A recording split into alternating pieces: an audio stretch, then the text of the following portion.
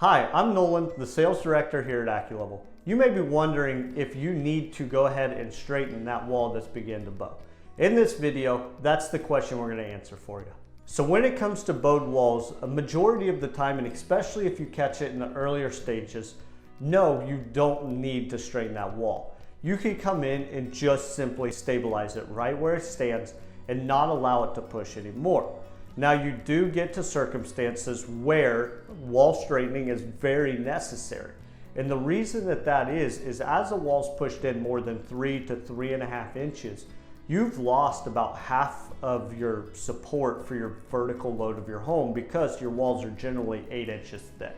And so when you get into those cases, it is very important that we go ahead and straighten that wall, but not only straighten it, you still need to stabilize it because the weak point has already been created in that wall. If you just go to straighten that wall, it'll actually come in quicker if you do not put a stabilizing factor on that wall. The other issue that could come up to make you have to straighten that wall is if you get a shear where a block is actually slipped on top of another block more than a couple 3 inches.